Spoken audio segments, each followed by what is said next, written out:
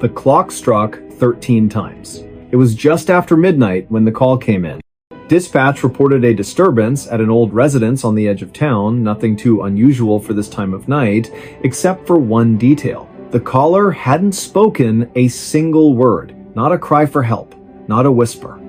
Just heavy breathing, and then in the background, the unmistakable sound of a clock chiming. Once, twice, 3 times, all the way to 13. Before we begin, tell me, where are you listening from, and what time is it there? Officer Daniel Reeves had been on the force for nearly 2 decades. He'd seen his share of false alarms, domestic squabbles, and late-night pranks. But something about that recording made the hairs on the back of his neck stand up. 13 chimes. No clock he'd ever encountered struck 13. Not in real life. Not unless something was very, very wrong. The house sat at the end of a long, overgrown driveway, shrouded by oaks that hadn't been trimmed in years. Its windows were dark, the paint peeling like dead skin. A rusted mailbox leaned sideways, its letters long faded. No car in the driveway, no lights on inside. Just silence, thick, suffocating silence. Reeves stepped out of his cruiser, hand resting lightly on his belt. The air was colder than it should have been for this time of year. He approached the front porch, boots crunching on brittle leaves. The wooden steps groaned under his weight, each creak echoing like a warning. He knocked. No answer. He tried the doorknob. Unlocked. Inside, the smell hit him, first damp wood, old paper, and something faintly metallic. Like copper. Like blood that had dried days ago. The living room was frozen in time. A threadbare armchair facing a cold fireplace, a coffee table stacked with yellowed newspapers, a rotary phone off the hook, its cord dangling like a severed vein. And then he saw it. In the far corner of the room, standing against the wall like a forgotten heirloom, was an antique grandfather clock, tall, ornate. Its wood darkened with age, its face cracked but still legible. The hands were frozen at 12:59. Reeves frowned.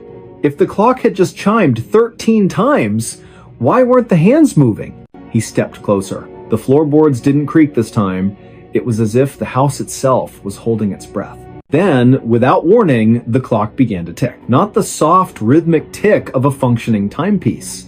This was erratic, stuttering, like a heartbeat trying to restart after flatlining.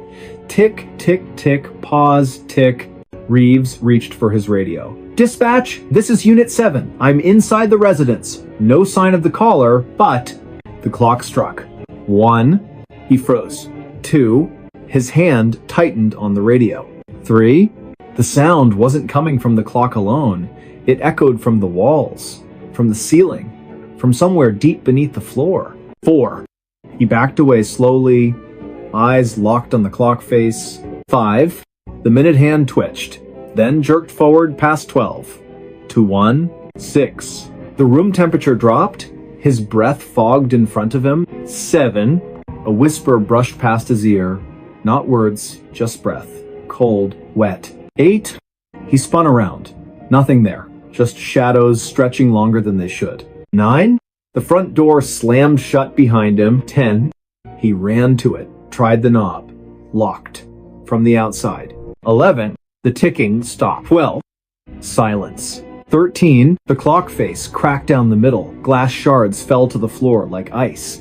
And from inside the hollow cavity where gears and weights should have been, something moved. Not mechanical. Fleshy. Wet. Reeves didn't wait to see what it was. He kicked open the back door, stumbled into the yard, and didn't stop running until he was back in his cruiser, engine roaring, lights flashing. He never went back. The house was condemned a week later after neighbors reported strange noises always at night, always ending with 13 chimes. The city sent a crew to demolish it, but when they arrived, the house was empty. Not just abandoned, empty. No furniture, no walls, no floorboards, just a concrete foundation. And in the center of it all, the grandfather clock still ticking. They tried to remove it. Chains snapped, crowbars bent.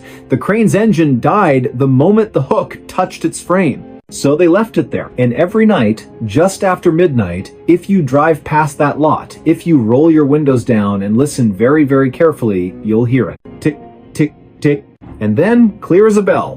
1, 2, 3, all the way to 13. No one knows who built that clock, or why it counts beyond 12. But those who've heard it say the same thing. After the 13th chime, you don't feel like yourself anymore. Your thoughts get borrowed.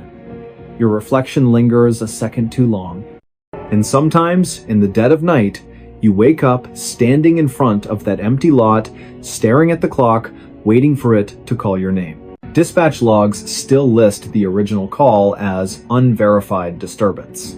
But Reeves? He retired early, moved 3 states away, changed his number, still checks his locks twice before bed. Because last Tuesday, just after midnight, his own wall clock, brand new digital battery powered, chimed once. Then twice. He unplugged it. It chimed a 3rd time. He hasn't slept through the night since. And if you're listening to this right now, ask yourself, what time is it where you are? Because if it's just past 12, you might want to cover your ears. Stay safe out there. His name wasn't on list. It started with a clipboard. Not a dramatic object, not something you'd expect to send chills down your spine, just a standard issue, weathered clipboard with a frayed metal clip and pages of neatly printed names. Standard procedure for any official evacuation. Standard until it wasn't. The setting was a small coastal town, quiet, the kind of place where everyone knows your coffee order and your dog's name. The streets were lined with salt-bleached shingles and porch swings that creaked in the breeze. Tourists came in summer for the lighthouse and the fresh crab rolls, but locals stayed year-round, bound by generations of tides and tradition. But that night, the ocean wasn't calm. A storm was rolling in, not the usual summer squall, but something deeper, angrier. The kind that makes birds fall silent hours before it hits, that sends dogs whining into closets and old fishermen muttering prayers under their breath. The barometric pressure dropped so fast, some people reported nosebleeds. Authorities issued a mandatory evacuation for the low-lying neighborhoods. Not a suggestion, not a warning, a direct order. Buses lined the main street, engines idling in the thickening humidity. Volunteers in bright vests guided families to safety, checking names off printed manifests. Everything seemed under control, organized, efficient, almost routine, except for one man. He stood near the back of the line, duffel bag slung over his shoulder, eyes scanning the crowd like he was searching for someone who never showed up. He wasn't panicking. Not exactly. But there was a tension in his posture, a stillness that didn't belong among the chaos of crying children, barking dogs, and the occasional sob from someone clutching a framed photo. He wore a faded windbreaker, jeans, and boots caked with sand. Nothing unusual. Yet, people kept glancing at him, then looking away quickly, as if their eyes refused to settle on him for too long. When it was his turn, he stepped forward and gave his name to the volunteer holding the clipboard. The volunteer, a college student named Marcus, working community service hours after a minor traffic violation, frowned. He ran his finger down the list, then back up, then again, slower this time, squinting under the flickering emergency floodlight. "I'm sorry," Marcus said, voice low enough that only the two of them could hear. "But your name? It's not here." The man blinked. Once. Twice. "That can't be right. I live on Seaview Lane, number 42. Marcus checked again, flipping to the next page, then the previous one. All residents from Seaview Lane are accounted for. Evacuated an hour ago. Your name, it's just not on the list. A cold silence settled between them, even as the wind picked up around them, whipping papers and plastic bags into the air like startled ghosts. "I've lived there for 12 years, the man said, voice steady but tight, like a rope pulled to its limit. "I pay taxes. I get mail. I'm on the census. I'm times here asterisk." Marcus hesitated. He looked to his supervisor, a retired firefighter named Ellis, who'd been overseeing the operation from a folding chair under a pop-up tent. Ellis had a face carved by decades of smoke and salt, his left eyebrow permanently raised from an old burn scar. He approached slowly, boots crunching on gravel, and took the clipboard without a word. He scanned the list. His expression didn't change, but his knuckles whitened around the metal edge. "He's right," Ellis said finally, voice gravelly but calm. "You're not listed." The man's face went pale, not the pale of fear, but the grayish pallor of someone realizing the ground beneath them has vanished. "Then, who's been living in my house?" No one answered. Because the truth was, according to every official record, the utility company, the post office, the county assessor, even the local grocery store's delivery logs, number 42 Seaview Lane, had been vacant for over a decade. The previous owner, an elderly widow named Eleanor Voss, had passed away quietly in her sleep during a winter storm. No relatives claimed the property, the house sat empty, the power was shut off, the water disconnected, mail returned to sender with addressee deceased stamped in red, and yet, this man had keys. He showed them.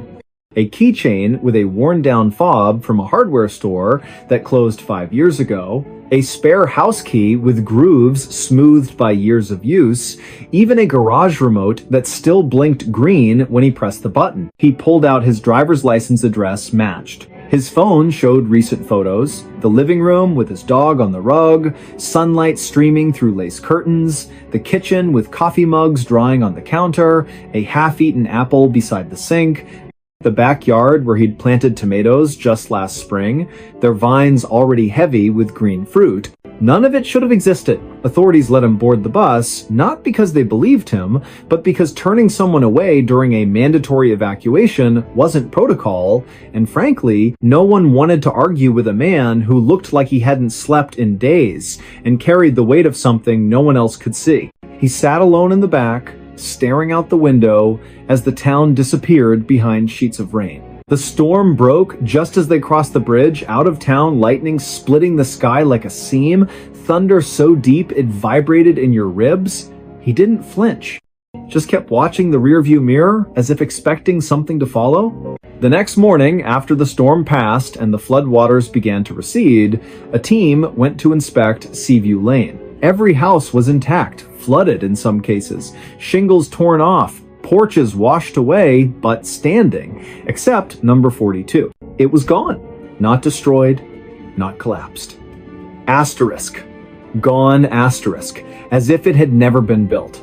The lot was empty, overgrown grass, a single mailbox post leaning in the mud, but no foundation. No rubble? No sign a structure had ever occupied that space? Even the old oak tree that used to shade the front yard vanished. Roots, trunk, everything. They checked satellite imagery from the past 5 years. Nothing. No house, no driveway, no roofline, not even a shadow where one should have been. But the man's photos? Still on his phone. Clear, detailed, real. Timestamps verified by the device's internal clock. Geotags placed him squarely at coordinates that, according to every map, were just empty land. He was questioned for hours, polygraphed, his background checked by state and federal databases. No criminal record, no history of mental illness, no aliases.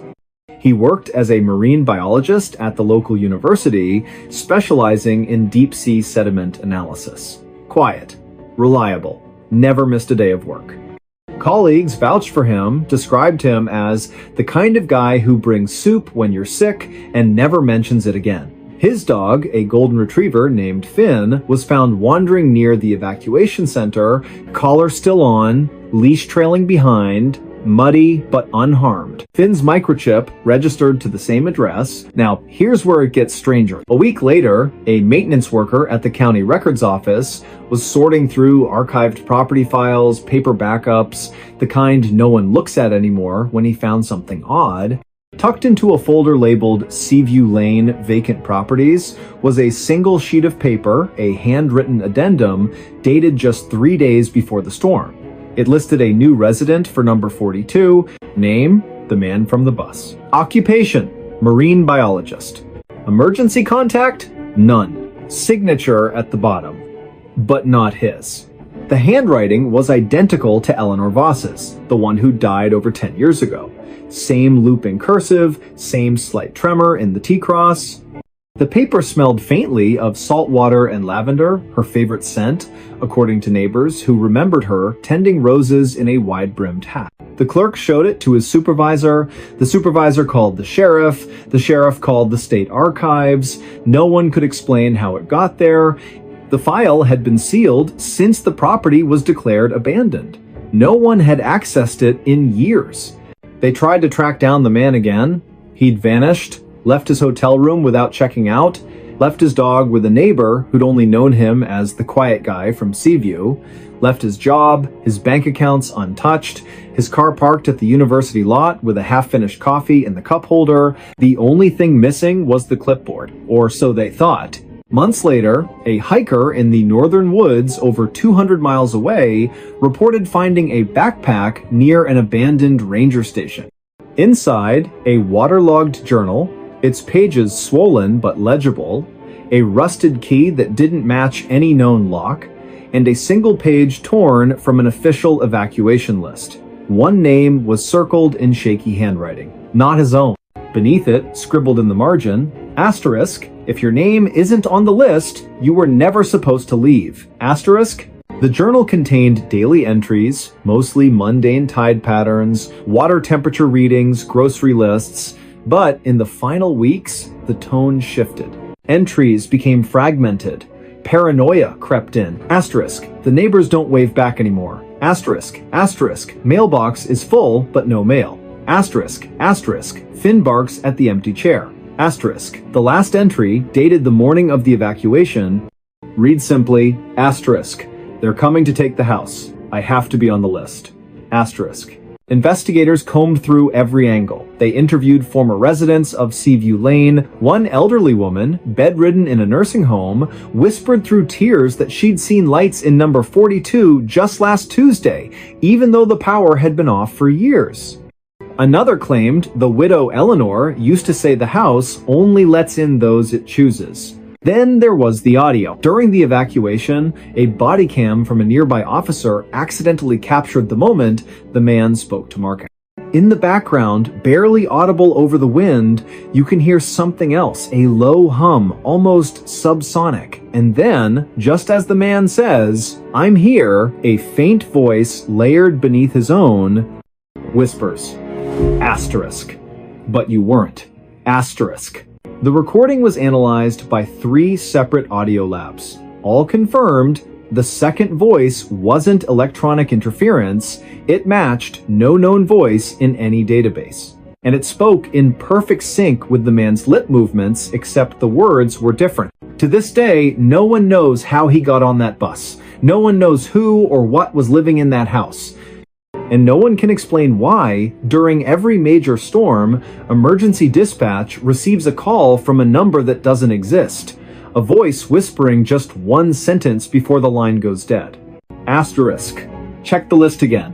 Asterisk. Some say the house wasn't erased. It just stepped out of time. That it exists in the gaps between breaths, between heartbeats, between the seconds when no one is looking. And the man? Maybe he wasn't the resident. Maybe he was the warning, a glitch in the system, a soul the house let go because it needed room for someone else. Because here's the thing they don't tell you about evacuation lists. They're not just about who's leaving. They're about who's allowed to. And if your name isn't there, maybe you were never really there to begin with. Maybe you were just borrowed. And maybe, somewhere out there, another clipboard is being prepared. Another storm is gathering. And another man is standing in line, heart pounding, hoping his name appears before the clock runs out. Stay safe out there. She woke in wrong house. It began with a headache. Not the sharp, stabbing kind, not the migraine that blinds you. This was deeper, like pressure building behind her eyes, as if her skull were slowly filling with wet sand. She'd gone to bed early, exhausted from a double shift at the hospital, and remembered little after her head hit the pillow. Just the hum of the ceiling fan, the soft weight of her cat curled against her ribs, and then nothing. Until she woke up. Cold linoleum beneath her bare feet, the smell of mildew and old wood, a dim yellowish light filtering through grimy windows she didn't recognize. She sat up slowly, heart hammering, and looked around. This wasn't her apartment. The walls were covered in faded floral wallpaper, peeling at the seams. A threadbare armchair sat in the corner, its stuffing leaking like entrails. On the coffee table, a chipped teacup, cold ash in the tray beside it, and a newspaper dated, but the ink smudged beyond reading. The air was still. Too still. No traffic outside. No distant sirens. No hum of the city she'd lived in for 7 years. She called out, "Hello?" Only silence answered. She checked her phone. Dead. No signal anyway. The charger wasn't hers, thick, old, with a 2-prong plug she hadn't seen since childhood. She tried the light switch, flickered once, then stayed on, casting long shadows that seemed to twitch at the edge of her vision. Panic rose, but she forced it down. She was a nurse, trained for emergencies, assess, adapt, survive. She moved to the front door, locked. Not with a deadbolt, just a simple turn knob lock, the kind you'd find in a house from decades ago. She twisted it, pulled, the door opened, not to a hallway, not to a street, to a forest. Thick, ancient trees pressed close, their branches knotted like arthritic fingers. Fog clung to the ground, swirling gently as if breathing. No path, no road. Just endless woods stretching into gray mist. She slammed the door shut. Back inside, she searched for clues. In the bedroom, a narrow bed with a crocheted blanket, a dresser with a cracked mirror, no photos, no personal items, just a single hairbrush on the nightstand with strands of dark hair that weren't hers. She was a redhead. In the kitchen, the refrigerator hummed weakly. Inside, a carton of milk well past its expiration, a half-eaten loaf of bread moldy at the edges, and a single jar of pickles, her favorite brand. The same one she always bought. That's when the nausea hit. Not from the smell, from the impossibility. How did her favorite pickles end up in a stranger's fridge in a house that shouldn't exist? She tried the back door, also unlocked. Same forest, same fog, same suffocating quiet. She sat on the porch steps, arms wrapped around herself, trying to think, had she sleepwalked, been drugged, kidnapped, and left here as some cruel joke? But why leave the doors unlocked? Why stock the fridge with her food? Then she noticed something. The trees, they weren't moving. No wind, no rustling leaves, not even a bird call. The forest was frozen, like a photograph or a stage set. She stood, turned back to the house, and froze. The front door was closed. She hadn't shut it. Her breath caught. She approached slowly, hand outstretched. The knob was ice cold. She turned it. Inside, everything was the same, except the teacup was gone. In its place sat a fresh one, steam rising. She didn't touch it. She backed away, heart pounding like a trapped thing. This wasn't right. None of it was right. She needed help. She needed to get out. She walked into the forest. Not because she wanted to, because staying felt worse. The fog swallowed her within minutes. Trees loomed like silent sentinels. The ground was soft, spongy, as if it had never known a footprint before hers. She walked for what felt like hours, though her watch, still on her wrist, showed only 23 minutes had passed. Then she saw it. A house. Identical to the one she'd just left. Same peeling wallpaper, same crooked porch, same yellow light in the window. She ran to it, desperate. Maybe someone was inside. Maybe this was the real world. She burst through the door. The armchair was empty. The teacup sat on the table cold again. And on the floor, near the bed, lay her hospital ID badge. The one she'd worn to work the night before. Her name, her photo, her fingerprint smudge on the corner. She picked it up, hands shaking. Then she heard it. A soft creak from the hallway.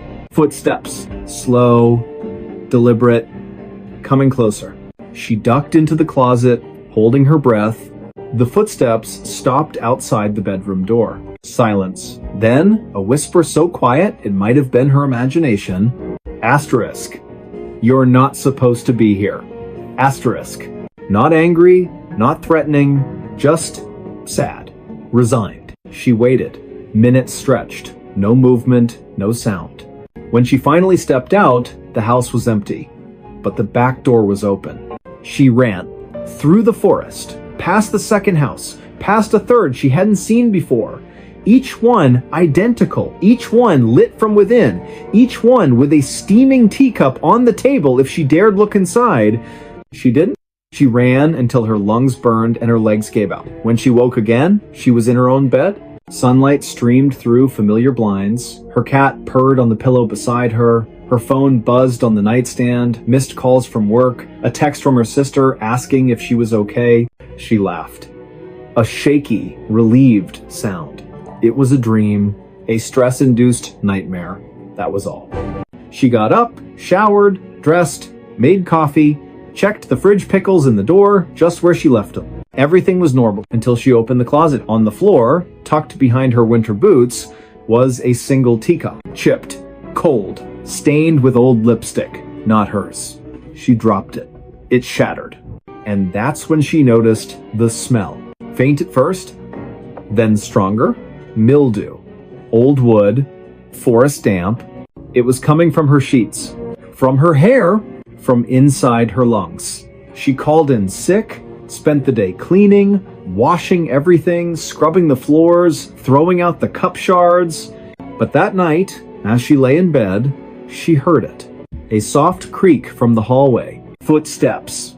Slow, deliberate, coming closer. She didn't move, didn't breathe. The doorknob turned, the door opened just enough to let in a sliver of darkness, and from the hallway, the same whisper. Asterisk, you left the door unlocked.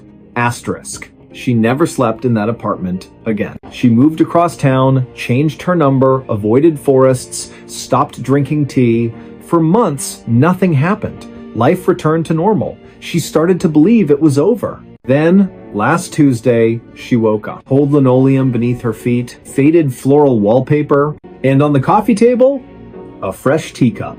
Steam rising, her favorite pickles in the fridge, and outside the window, the same endless forest waiting. Only this time, she didn't run, because deep down, she knew she hadn't woken up in the wrong house. She'd woken up in the only Times house that remembered her, and it wasn't going to let her go again. Police reports list her as a missing person now. Her apartment sits empty, untouched. But neighbors say they sometimes see a light on late at night. And if you press your ear to the door, just after midnight, you can hear two voices, one tired, one calm, talking softly over tea. One asking to leave, the other always answering the same way. Asterisk, but you're already home. Asterisk, stay safe out there. The road ended in nowhere. It started with a wrong turn, not the kind you correct with a quick U-turn and a muttered curse. This was deeper, subtler.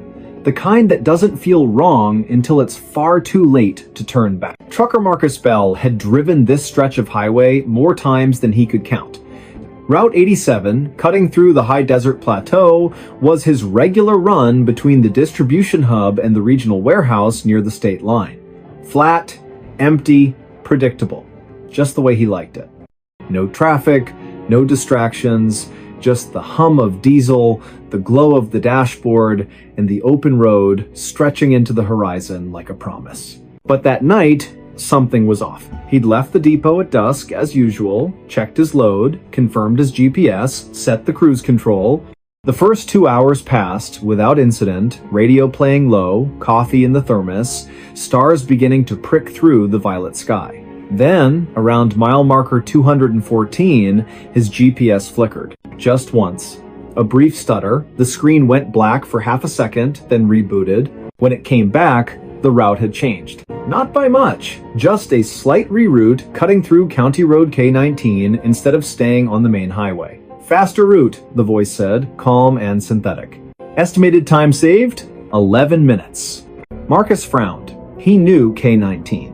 It was a gravel service road, barely maintained, used mostly by ranchers and survey crews, not rated for 18-wheelers. But the GPS insisted, and honestly, he was tired. 11 minutes sounded good. He took the turn. At first, it seemed fine.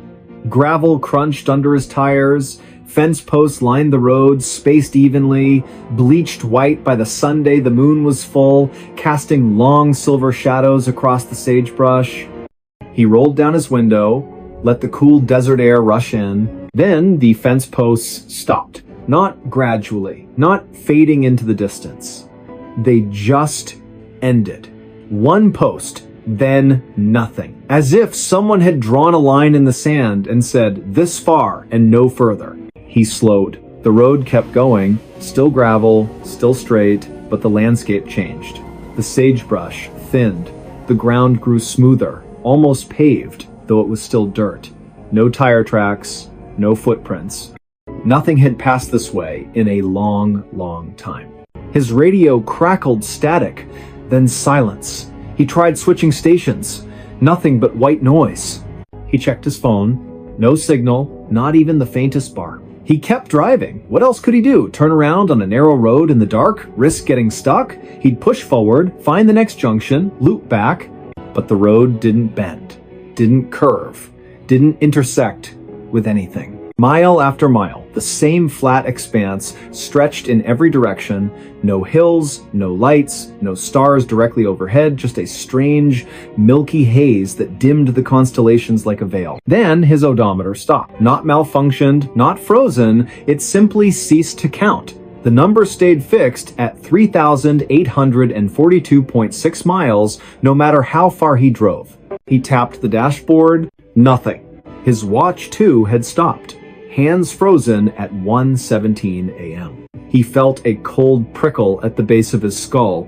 He pulled over, stepped out into the silence. Not the peaceful quiet of the desert. This was different, thicker, heavier, like sound itself had been swallowed. He shouted just to hear his own voice. No echo. He walked to the edge of the road, shined his flashlight into the brush. The beam didn't scatter. It just ended. About 20 feet out, the light vanished, as if hitting an invisible wall. He turned back to his truck, and that's when he saw it. The road behind him was gone. Not blocked, not washed out. Gone. Where his tire tracks should have been, there was only smooth, undisturbed earth flat, featureless, stretching back into the haze like a blank page. His truck sat alone on a ribbon of gravel that led forward, but had no past. Panic clawed at his throat, but he forced it down. He was a professional. He'd handled blowouts, brake failures, even a coyote running under his wheels. This was just disorientation. A trick of the light. Fatigue. He got back in, started the engine, and drove forward. Faster now. Desperate. The road stayed straight. The haze thickened. His headlights began to dim, not from battery drain, but as if the darkness was absorbing the light. Then, up ahead, something appeared. A sign. Weathered wood, no reflectors, hanging crooked on a single post. He slowed as he approached. It read, in peeling white paint, asterisk, asterisk, end of road, asterisk, asterisk. Below it, hand scratched into the wood, someone had added, asterisk, asterisk, turn back while you still can. Asterisk, asterisk. But there was nowhere to turn. He stopped the truck, sat there for a long time, engine idling, hands gripping the wheel. Then, against every instinct, he stepped out again, walked to the sign, touched it. The wood was cold, damp, and covered in tiny scratches, not from weather, but from fingernails. Dozens of them. Hundreds. He looked past the sign. The road didn't stop. It just faded. The gravel became dust. The dust became nothing. And beyond that, pure, empty white. Not fog, not mist, just absence. A void where the world had been erased. He took one step forward. The ground felt different. Softer. Like walking on memory. He took another. His boot sank slightly, as if the earth couldn't decide if it should hold him. He stopped, looked back at his truck. It was already farther away than it should have been. He turned around, and that's when he saw the footprints. Not his. Smaller, barefoot, leading from the void onto the road, toward his truck. His blood turned to ice. He ran. Not toward the void, not toward the footprints, just ran back to the cab, slammed the door, gunned the engine. He didn't look in the mirror. He drove, and drove, and drove, until the gravel gave way to asphalt. Until the stars returned. Until his GPS rebooted, chirping cheerfully, recalculating route.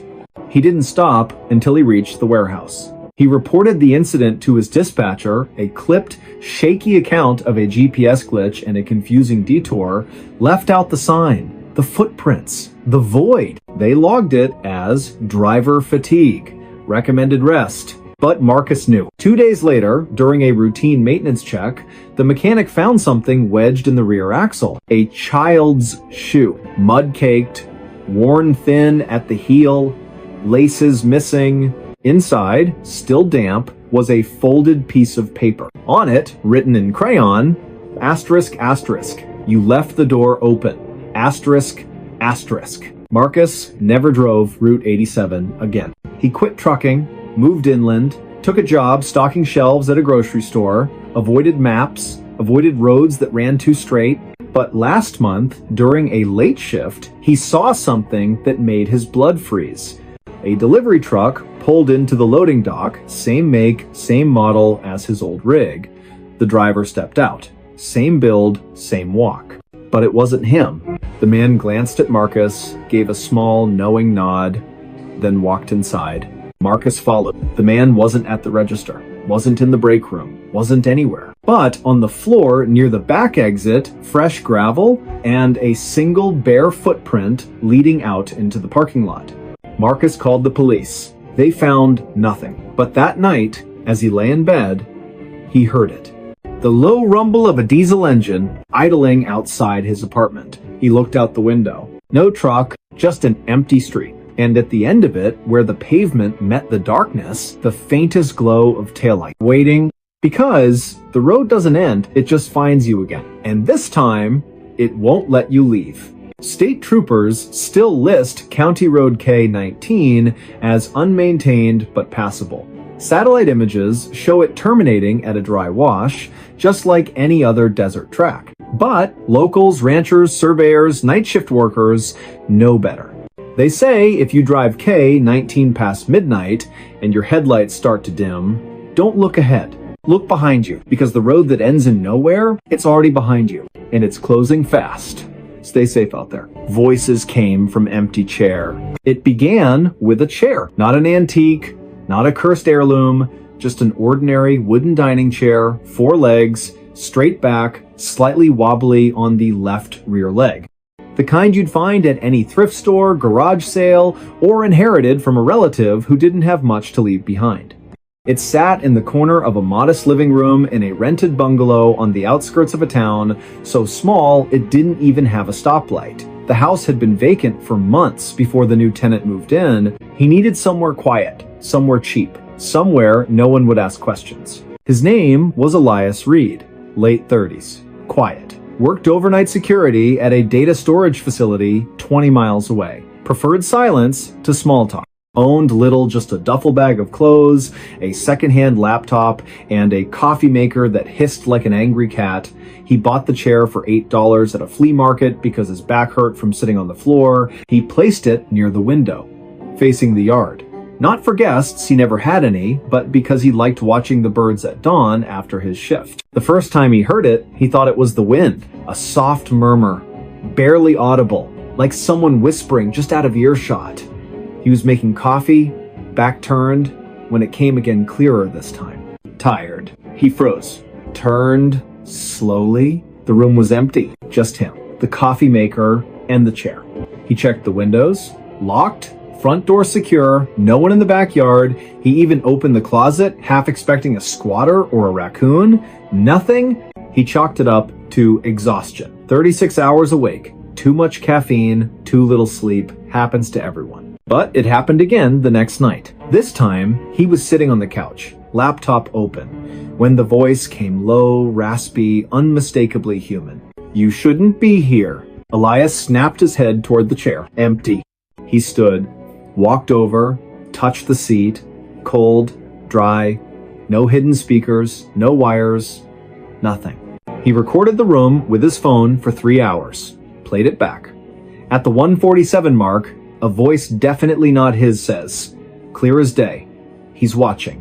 No one was watching. The blinds were closed. The street was empty. He tried to return the chair, drove back to the flea market. The vendor, a woman with silver braids and eyes that never blinked, shook her head. "That chair's been sold," she said. "You can't give it back." "But I just bought it last week," Elias said. She smiled faintly. "Not to you." He left it on the curb that night, tied a free sign to the backrest. The next morning, it was back on his porch, undisturbed. No footprints, no tire marks, just the chair facing the door as if it had walked home. That's when he stopped sleeping. He started noticing other things. The chair would be in a different position each morning, turned slightly toward the bed or angled toward the kitchen, as if following his movements. Once, he found it in the hallway, blocking the bathroom door. He hadn't moved it. Then came the conversations. Not just single words, full exchanges between the chair and something else. One night, lying awake, he heard it. "Did you bring it?" "Yes." "Good. He's almost ready." Elias didn't move, didn't breathe. He stared at the ceiling, heart slamming against his ribs. The next day, he called a local priest. Not because he was religious, but because he'd heard stories. The priest came, sprinkled holy water, said a prayer, left quickly without making eye contact. Later, Elias found the priest's business card torn in half on the kitchen table. On the back, in handwriting that wasn't his, "Too late." He considered moving. But where would he go? And what if the chair followed? Then, one evening, he decided to test it. He sat in the chair just once to see what would happen. The moment he lowered himself onto the seat, the room changed. The air grew thick, humid, like a basement after a flood. The light dimmed, though the sun was still up. And then silence. Not peaceful silence. The kind that presses against your eardrums like water. And then a voice, not from the room, but from inside his own head, "You've been sitting in my spot." Elias bolted up so fast, he nearly fell. His skin was clammy, his mouth tasted like copper. He didn't sit in it again, but the chair didn't need him to. Neighbors began to notice.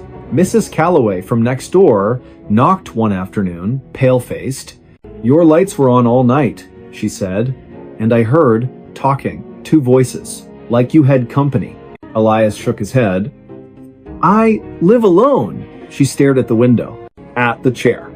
"Then who were you talking to?" He had no answer. The final incident happened on a Tuesday. Elias came home from work, exhausted, to find the front door unlocked. He always locked it. Always. He stepped inside, hand on his flashlight like a weapon. The chair was in the center of the room, facing the door, and on the seat, his security badge. The one he'd worn to work that night, the one he'd left clipped to his belt. He hadn't been home all day. He picked it up. The plastic was warm. Then the voice came, not a whisper, not a murmur, but a full sentence, spoken with calm certainty. "You don't need to go back." Elias backed out of the house, didn't pack, didn't call anyone, just got in his car and drove until the gas ran low. He never returned. The landlord found the house empty a week later.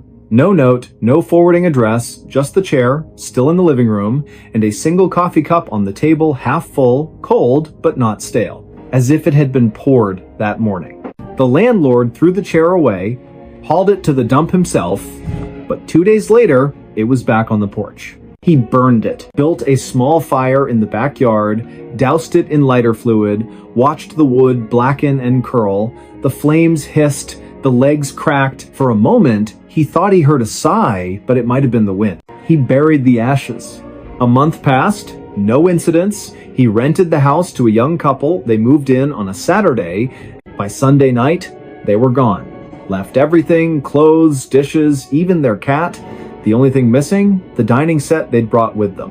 In its place, in the exact center of the room, sat a wooden chair. 4 legs, straight back, slightly wobbly on the left rear leg, and on the seat, a child's drawn crayon on lined paper, a house, a tree, 2 stick figures holding hands, and in the corner, a third figure sitting in a chair facing away. Beneath it, written in shaky letters, asterisk asterisk, he's still here, asterisk asterisk. Police reports list Elias Reed as a missing person. No evidence of foul play, no financial distress, no known enemies. His car was found abandoned near a state park, keys in the ignition, engine cold.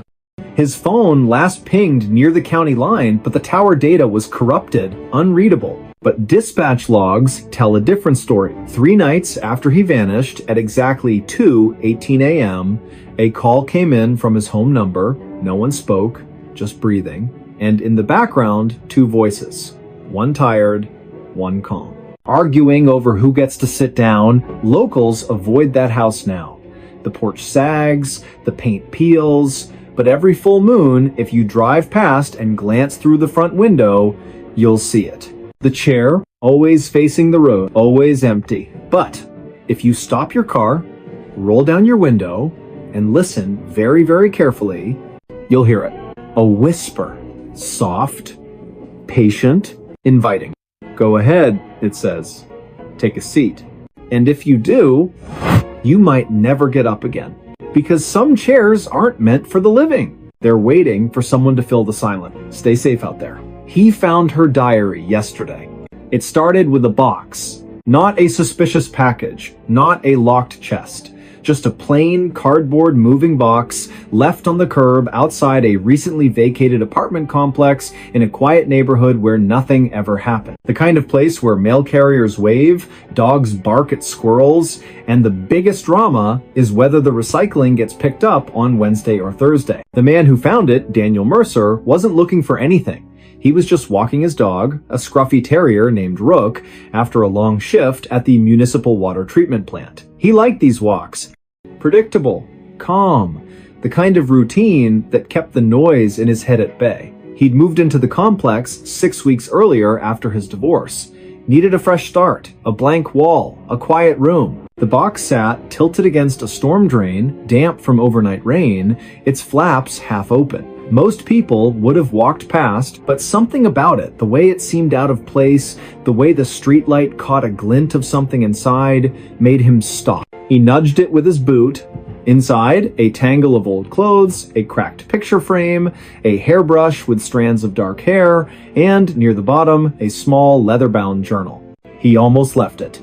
But Rook sniffed the box, then whined a low, uneasy sound the dog only made when something was wrong. Daniel picked up the journal. It was heavier than it looked. The leather was worn soft at the edges, the spine cracked from use, no name on the cover, just a faint scent of lavender and something sharper underneath like pencil lead and dried tears. He took it home. Not because he wanted to snoop, but because it felt wrong to leave it in the rain. He told himself he'd turn it in to the leasing office in the morning. That was all. But that night, unable to sleep, he opened it. The first page was dated simply asterisk, day 1, asterisk, no year, no month, just day 1. The handwriting was neat at first, almost clinical, but grew increasingly frantic as the entries went on. The early pages described ordinary things, grocery lists, weather observations, a neighbor's cat that kept stealing her socks. But then, around day 23, the tone shifted. Asterisk. He's watching me again. Not from the street, from inside the walls. I hear him breathing when the house is quiet. I check the vents. Nothing. But I know he's there. Asterisk. Daniel frowned. Probably just someone's private thoughts. Maybe the previous tenant had mental health struggles. He should stop reading. But he didn't. Asterisk. Day 31. I stopped locking the doors. It doesn't matter. He doesn't use doors. He just appears. Last night, I woke up and he was standing at the foot of my bed. Didn't say anything, just stared. When I turned on the light, he was gone. But the floorboards were wet. Asterisk. Daniel set the journal down. His palms were sweating. He glanced at his own bedroom door, slightly ajar. He got up, closed it, locked it. Ridiculous, he told himself. But the unease lingered. He kept reading. Asterisk, day 44. I found footprints in the hallway this morning. Bare feet. Too large to be mine. They started at the bathroom and ended in the middle of the living room. Like he walked out of the shower and vanished. Asterisk. Asterisk. Day 52.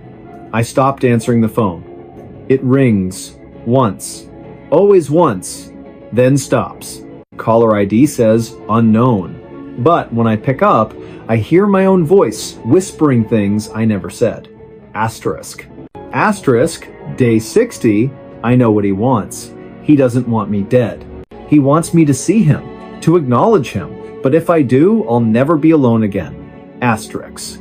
Daniel's hands were shaking now. He flipped to the last entry. It was written in jagged, hurried strokes, ink smeared as if written with a trembling hand or in the dark. Asterisk. He's here, right now. I can feel him behind me. I won't turn around. If I turn around, he wins. But I have to write this down so someone knows. My name is Asterisk. The sentence ended mid-word. The rest of the page was blank. Daniel closed the journal slowly. His apartment felt colder than usual. The hum of the refrigerator sounded louder. Too loud, like it was covering something up. He stood, walked to the window, peered out. The street was empty. Streetlights cast long, still shadows. Nothing moved. He went to bed. But he left the light on. The next morning, he called the leasing office, asked if they knew who'd lived in Unit 3B, the apartment directly above his. The manager checked the records. No one's lived in 3B for over a year, she said. Plumbing issues, water damage. It's been sealed off. Daniel frowned. Then who left the box on the curb? Silence on the line. I don't know, she finally said. But no one's been in or out of that unit. The door's padlocked from the outside. He hung up, went back to the journal, flipped through it again, looking for clues, addresses, phone numbers, anything. On the inside back cover, tucked into the binding, he found a folded receipt from a local pharmacy, dated just 3 days ago, for sleeping pills, and a pregnancy test. Both purchased by someone named L. Varga. He searched the name online. Nothing, no social media, no public records. But he did find something else, a missing persons report filed 6 weeks earlier, a woman named Lena Varga. Last seen leaving her job at a library downtown, described as quiet, kept to herself, recently separated from her partner. Her apartment, Unit 3B, the same unit that had been vacant for over a year. Daniel's stomach dropped. He drove to the library, asked the staff about Lena. They remembered her. She vanished overnight, said an older librarian, voice low, cleared out her desk, left her coat on the back of her chair, never came back. Did she seem troubled? Daniel asked. The woman hesitated. She kept saying someone was following her, that her apartment wasn't safe. We thought it was stress. Her partner, he wasn't a good man. Daniel returned home that evening with a knot in his chest. He placed the journal on his kitchen table, sat across from it, as if it were a person. That night, he heard it. A soft thud from the ceiling, like something heavy being set down. Then, footsteps, slow, deliberate, crossing the floor above him. Unit 3B was empty, sealed. No power, no water. But the footsteps kept coming. Back and forth, then silent. He didn't sleep. The next day, he called the police, showed them the journal, the receipt, the missing persons report. They took it seriously at first, sent an officer to inspect Unit 3B. The padlock was intact, no signs of forced entry. They cut it open. Inside, dust, mold, water-stained walls, an empty closet, no furniture, no personal items. But on the floor, near the center of the room, they found something. A single page torn from a journal. It read, asterisk, he found my diary yesterday. Asterisk. The handwriting matched Lena's, but the entry wasn't in the journal Daniel had. It was new. Impossible. The officer looked at Daniel, then at the empty room, then back at the page. We'll keep it for evidence, he said, but his voice lacked conviction. Daniel knew they wouldn't find anything else. That night, he packed a bag, booked a motel on the other side of town, but as he zipped his suitcase, he heard it again. Footsteps, not from above, from inside his own apartment, coming down the hall. He froze.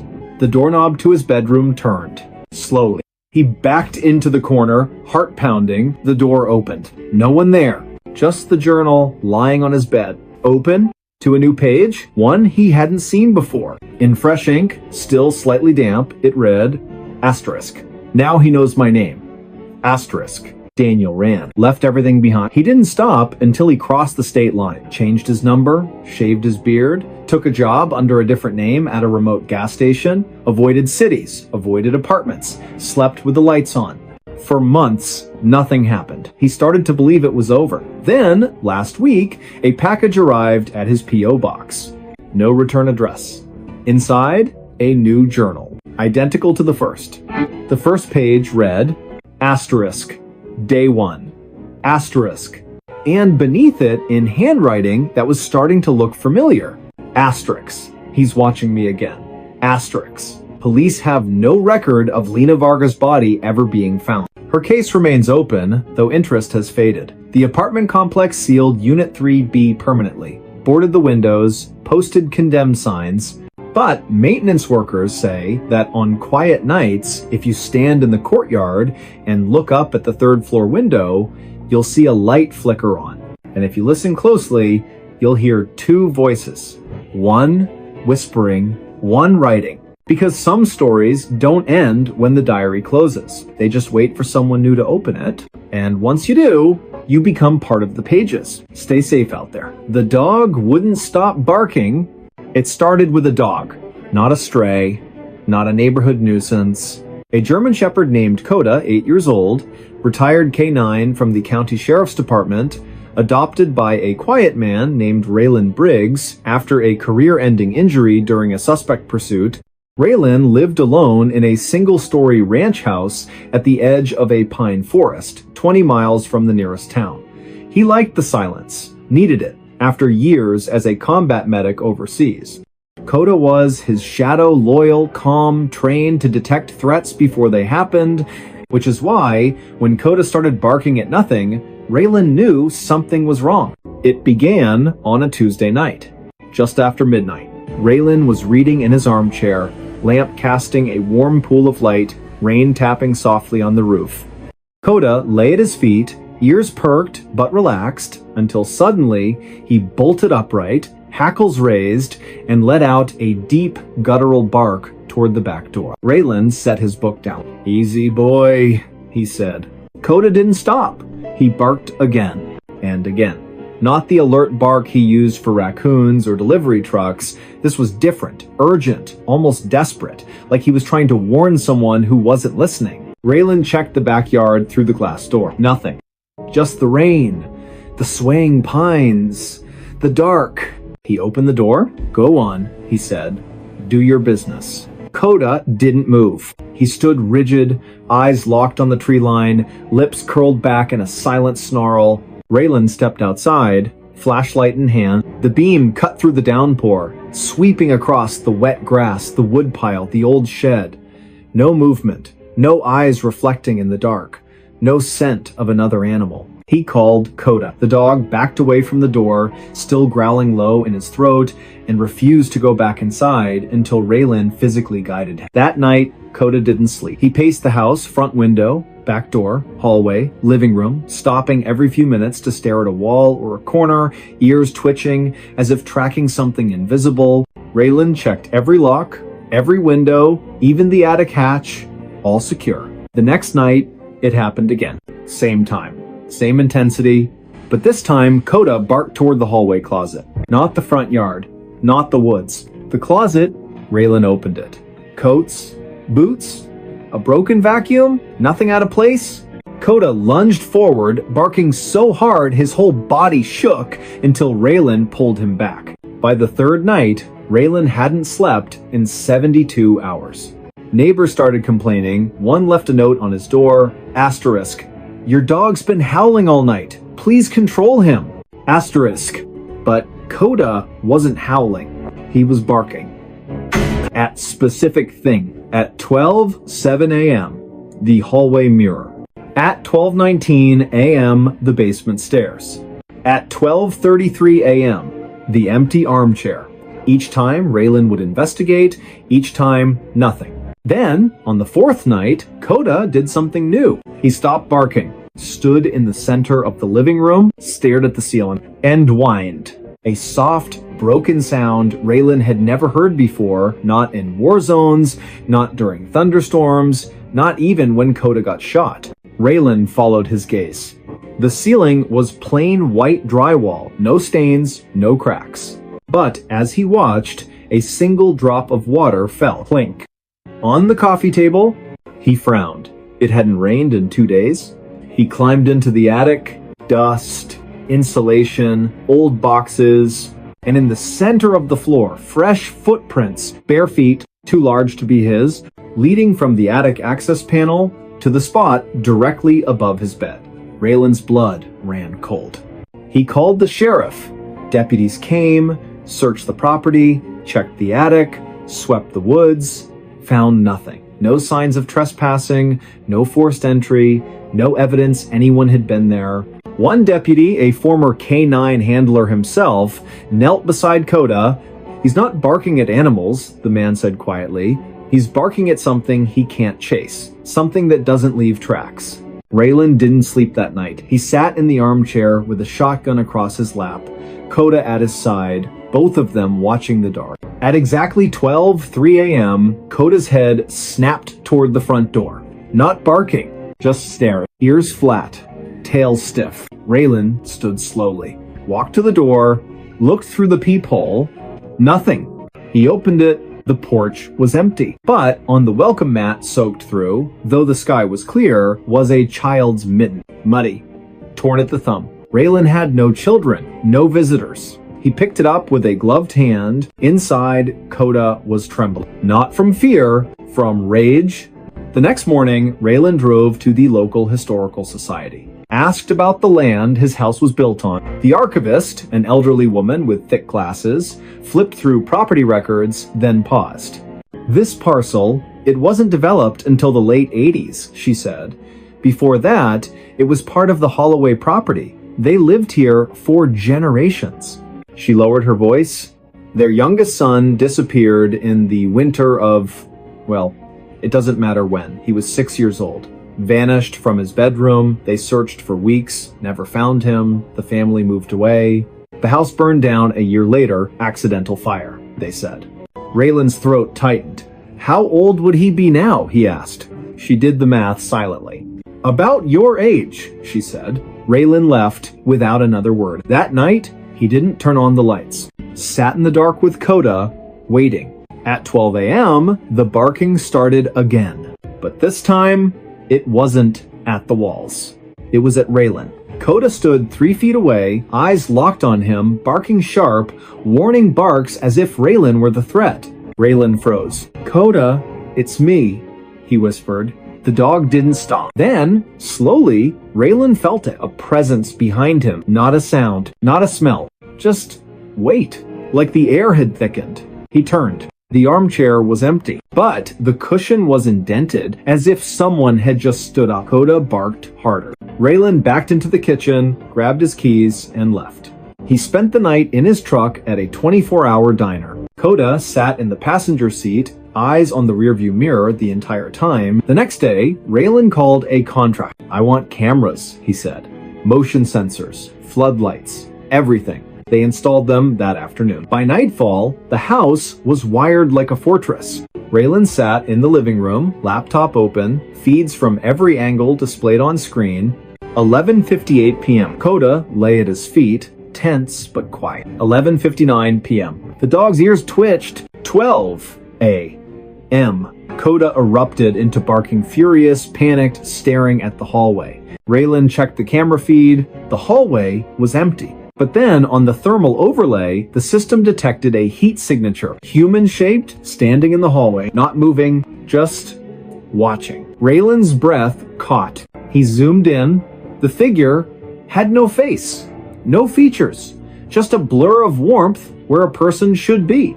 And then, as if sensing the camera, it turned toward the lens, toward Raylan. Coda lunged at the screen, barking so hard he choked. Raylan shut the laptop. He couldn't stay. He packed a bag, loaded Coda into the truck, and drove through the night. He didn't stop until he reached his sister's house 3 states away. For 2 weeks, Coda was calm.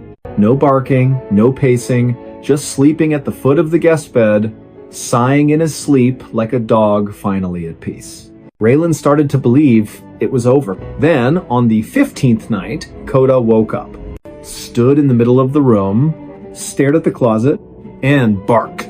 Not once, not twice, over and over, until Raylan opened the closet door. Inside, on a shelf of folded blankets, was a small, mud-caked shoe. Child-sized, and beside it, a single pine cone from the woods behind Raylan's old house. Coda never stopped barking after that. Not for food, not for walks, not even when Raylan cried. He just stood by the window facing east, barking into the distance, as if trying to warn someone who was already gone. Raylan moved again and again. Each time, within days, Coda would find something: a toy soldier in the yard, a wet footprint on the porch, a drawing tucked under the windshield wiper showing a house with a dog and a boy holding hands. The sheriff's department ran tests. The items had no fingerprints, no DNA, no logical explanation, but Coda always knew, because dogs don't lie. They don't imagine threats. They sense what's real even when it shouldn't be. Raylan eventually stopped running. He returned to the house, not because he wanted to, but because Coda refused to leave the driveway, sat there for 3 days, barking at the front door, until Raylan finally opened it. Inside, everything was as they'd left it. Dust on the tables, mail piled up, and in the center of the living room, the armchair facing the door. Waiting, Raylan sat in it. Coda lay at his feet. And for the first time in months, the dog was silent, because he wasn't warning anyone. He was guarding. Neighbors say the lights are on every night now, and if you drive past after midnight, you'll see 2 figures in the window, 1 man, 1 dog, watching the tree line, waiting, because whatever came that first night, it never left. It just learned to be quiet. But Coda still hears it, and he won't stop barking until it's gone for good, or until no one is left to hear him. Stay safe out there. Footprints led back to me. It started with mud. Not the kind you track in after gardening or a rainy walk. This was thick, black, and glistening like wet tar mixed with something organic, something that shouldn't cling to concrete the way it did.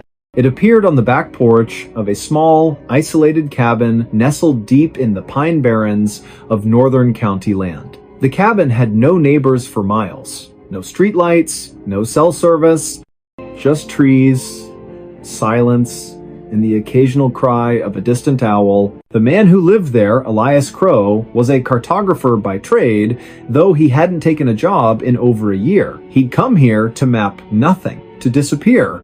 After the accident, the one that wasn't his fault but haunted him like a debt he could never repay, he needed a place where no one knew his name, where the past couldn't find him. He kept to himself, bought supplies once a week in town, paid in cash, spoke only when spoken to. The locals called him the quiet one. They didn't pry. That's how things worked out here. But on a cold, damp morning, just after dawn, he stepped outside to fetch firewood and saw them. Footprints leading from the tree line straight to his back door. Not deer, not coyote, human. Bare feet, each print deep, as if the person had been carrying something heavy or running. Elias frowned. He checked the locks. All secure, nothing missing, no signs of forced entry. He swept the prints away with a broom, told himself it was a lost hiker, a trespasser, someone who got turned around in the fog. But that night, he heard it. A soft crunch on the gravel path, like someone walking slowly, deliberately. He grabbed his flashlight, stepped onto the porch. Nothing, just the wind in the pines. He scanned the ground, and there they were again, fresh prints leading from the woods to his door. And then, impossibly continuing inside, he hadn't opened the door. He checked the windows. Locked. The cabin was sealed tight, yet the trail didn't stop at the threshold. It went through, as if the person had walked straight through the wood.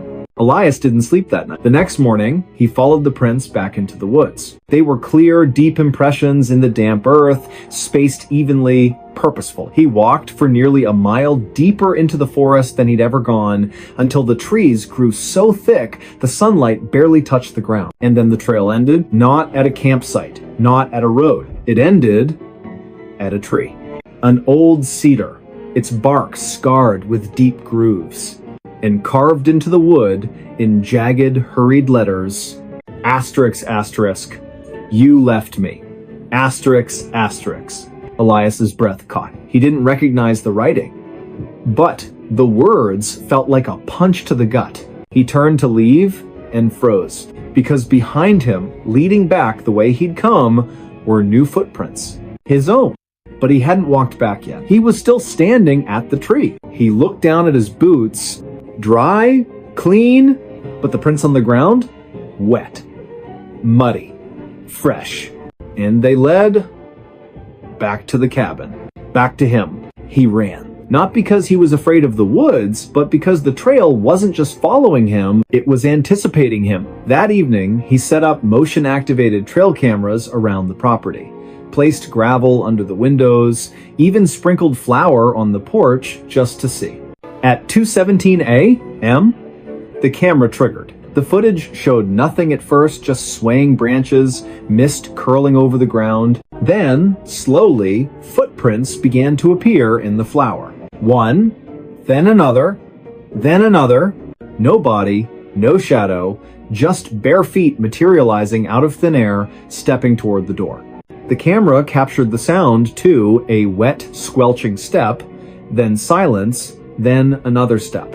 Elias watched it 3 times. On the 4th viewing, he noticed something. The footprints weren't just appearing. They were erasing times themselves behind as they moved forward, like time itself was folding. He called the county sheriff. 2 deputies came out the next day, listened to his story, watched the footage, checked the tree, found nothing unusual.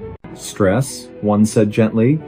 Isolation does things to the mind. Elias didn't argue, but that night, he stayed awake with a shotgun across his lap. At exactly 2:17 a.m., the floorboards creaked. Not from outside. From inside the cabin, he turned on the light. On the wooden floor between the bed and the door were wet footprints, leading from the hallway to the foot of his bed, and then, as he watched, they began to fade.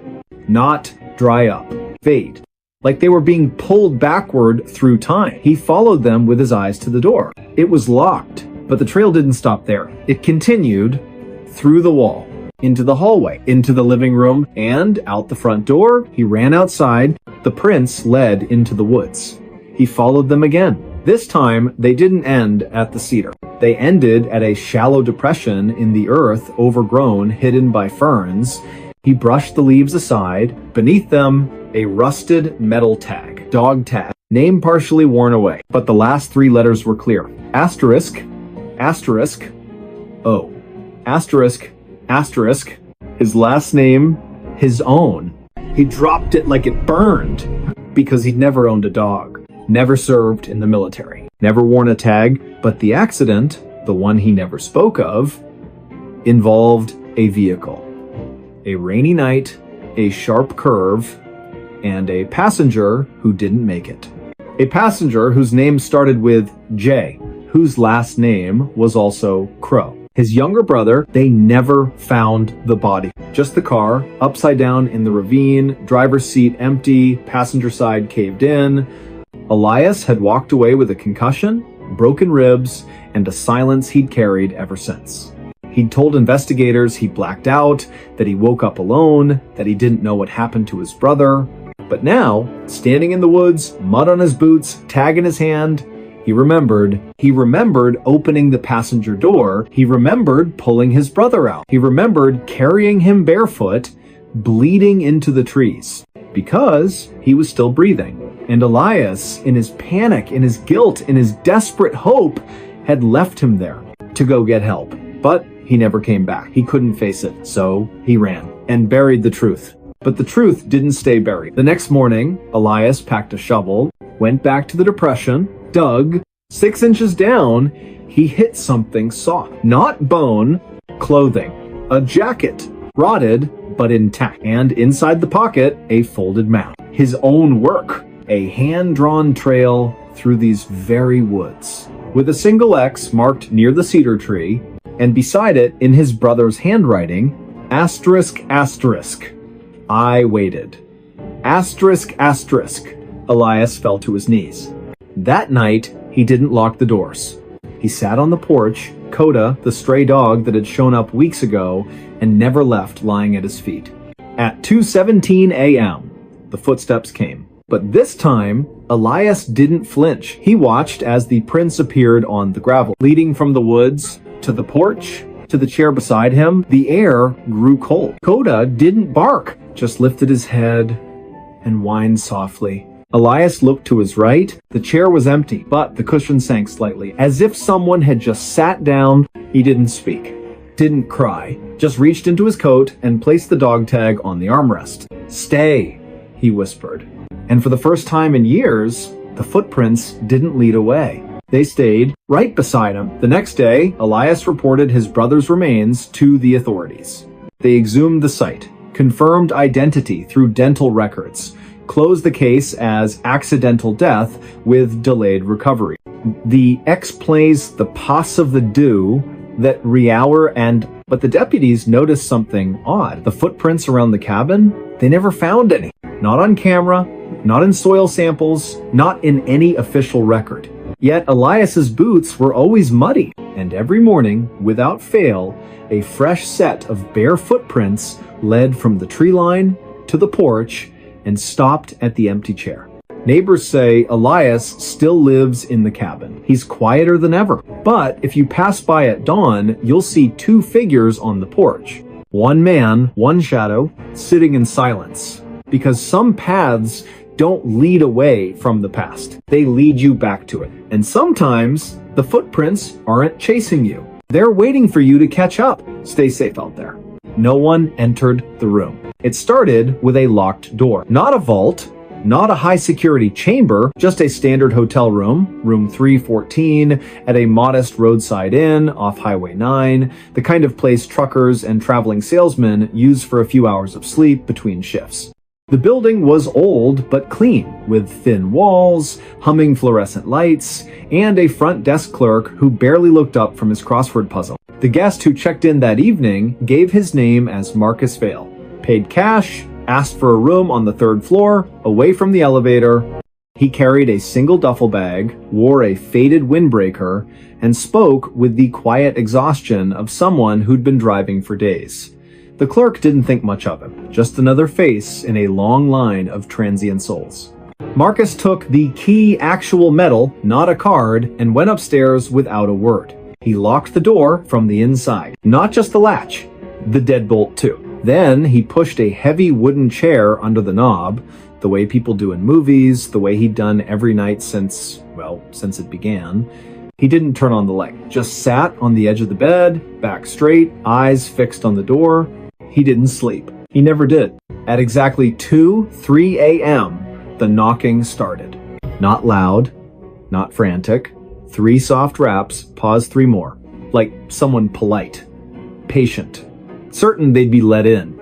Marcus didn't move. He knew better. The knocking stopped after a minute. Silence returned. He exhaled. Then, on the other side of the door, he heard breathing. Slow, wet, close. Like someone had pressed their face against the peephole. Marcus clenched his fists. He stayed like that until dawn. When the sun rose, he removed the chair, unlocked the door, and stepped into the hallway.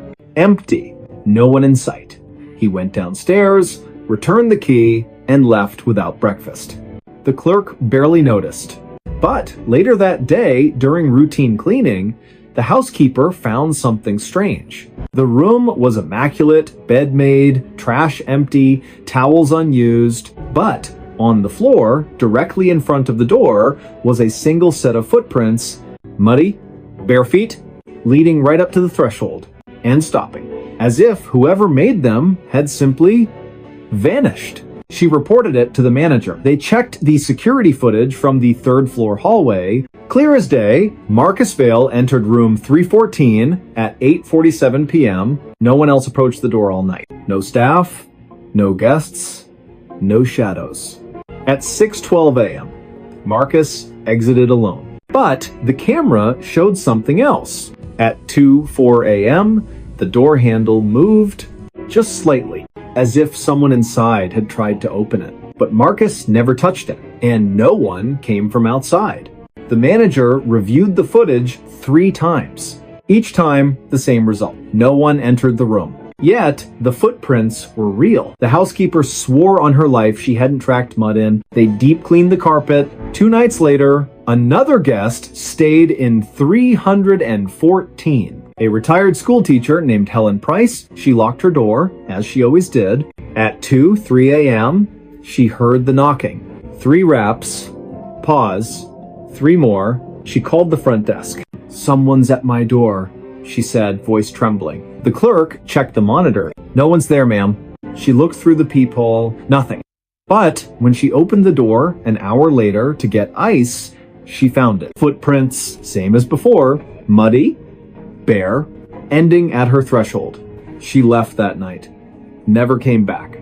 The inn's owner, a pragmatic man named Dale Mercer, didn't believe in ghosts. He believed in bad plumbing, faulty wiring, and overactive imaginations. But when 3 more guests reported the same thing, same time, same knocking, same footprints, he started to wonder. He installed a new camera inside room 314, hidden in the smoke detector wired directly to his office. Then he left the room vacant for a week. On the 8th night, he reviewed the footage himself. The room sat empty. Dust motes floated in the moonlight. The chair remained under the desk, the bed untouched. At 2:03 a.m., the knocking began. Not on the audio feed, just the visual. But the door handle turned slowly. The deadbolt slid open by itself. The chair under the knob didn't move, yet the door cracked open just an inch. Then closed. No hand, no tool, no string. Nothing. And on the carpet, as if painted by an invisible brush, footprints appeared. One, then another, walking from the door to the center of the room. They circled the bed, stopped, then walked back to the door and vanished. Dale watched it 6 times. Each time, his hands shook more. He called the local sheriff. Deputies came, swept the room, checked for hidden panels, pressure plates, even drone interference. Found nothing. The room was solid concrete and drywall, no crawl spaces, no vents large enough for a cat. No one entered the room, the lead deputy said, echoing the hotel log. But the footprints were photographed, logged, filed. Then came the call from Marcus Vale. 3 weeks later, he'd checked into a motel 50 miles away, left a message on Dale's voicemail. Voice low, strained. "I know what it wants," he said. "It's not trying to get in." He paused, breath shaky. "It's trying to get out." The line went dead. Dale tried calling back. Number disconnected. He never heard from Marcus again. But the incidents didn't stop. Guests avoided room 314. The inn eventually sealed it, padlocked the door, covered the peephole, posted a "do not use" sign.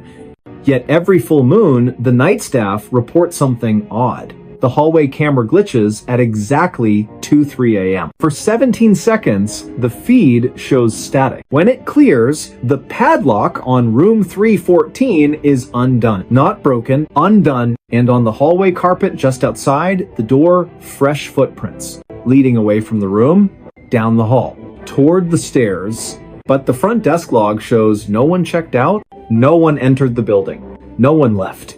Because no one entered the room, but someone or something is still trying to leave.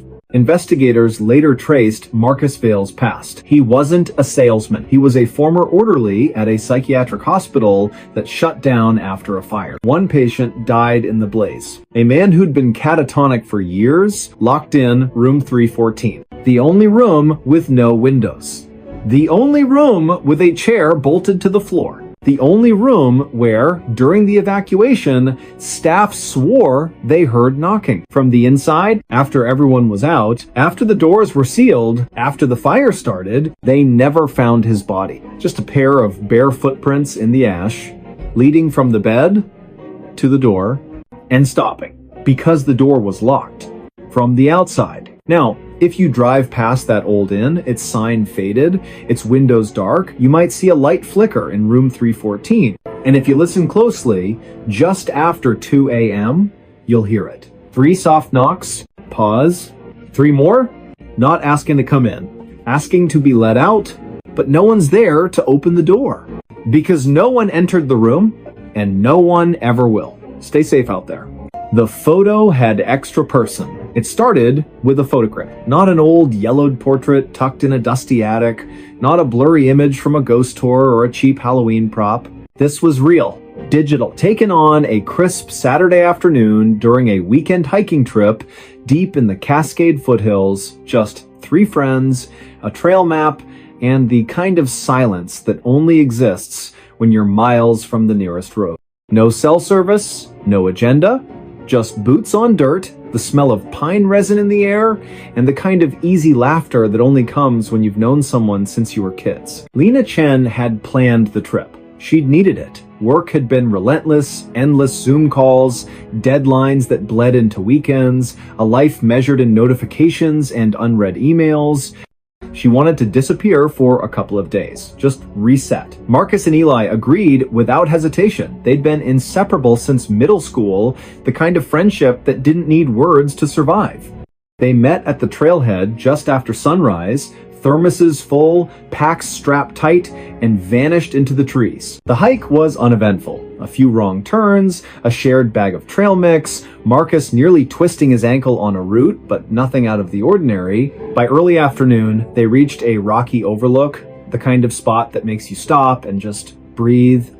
The valley stretched below them, mist curling through the trees like smoke, sunlight breaking through the canopy in golden shafts.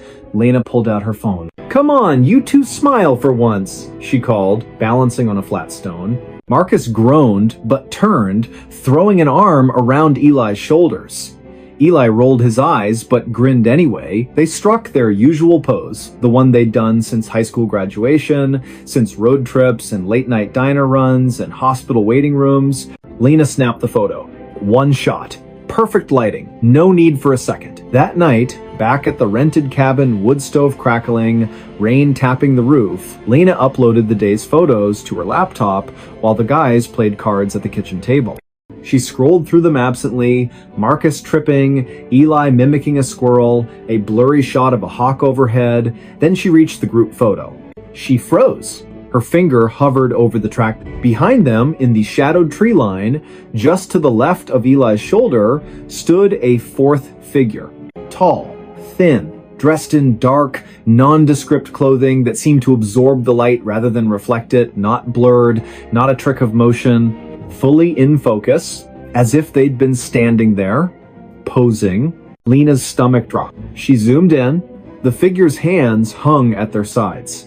Head tilted slightly, not looking at the camera, looking at times her asterisk. "Guys," she said, voice low. They looked up. She turned the screen. Marcus leaned in. "What the hell?"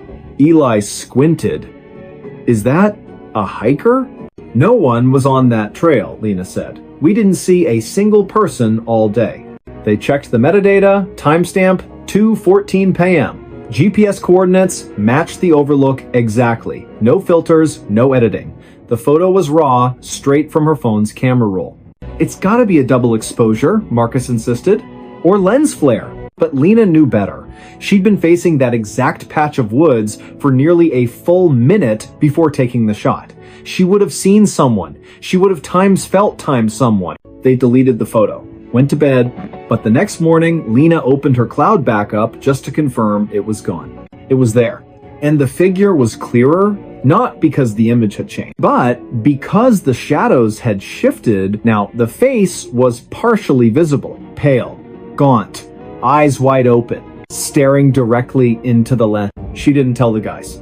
Instead, she ran a reverse image search. Nothing.